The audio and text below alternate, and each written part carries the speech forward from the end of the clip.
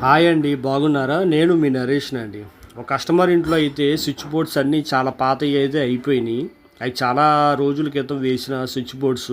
ఆ బోర్డులు మొత్తం చెదపట్టేసి చెక్క బోర్డులన్నీ పాడైపోయి, స్విచ్‌లన్నీ పాడైపోయి, మెయిన్ కూడా పాడైపోయి డైరెక్ట్ కరెంట్ అయితే వచ్చేస్తుంది. మొత్తం ఎక్కడ పడితే అక్కడ చెద అయితే పట్టేసి మొత్తం ఊడిపోయినాయండి. పైపులు ఊడిపోయినాయి, వేస్ట్ వాటర్ పోయేది పైపులు, పంపులు ఇరిగిపోయి కర్ర పొరలు పెడతాం, క్లాంపులు ఊడిపోవటం. అయితే కొత్త స్విచ్లు అయితే తీసుకొచ్చేసి, కొత్త ప్లేట్లు తీసుకొచ్చేసి, కొత్త బోర్డులు అయితే ఆ ఇంటికైతే ఫిట్టింగ్ అయితే చేశానండి. మొత్తం బెడ్ లైట్లు కానీ, ట్యూబ్ లైట్లు కానీ, స్విచ్ బోర్డ్స్ కానీ మొత్తం కంప్లీట్గా అయితే మార్చేశాను.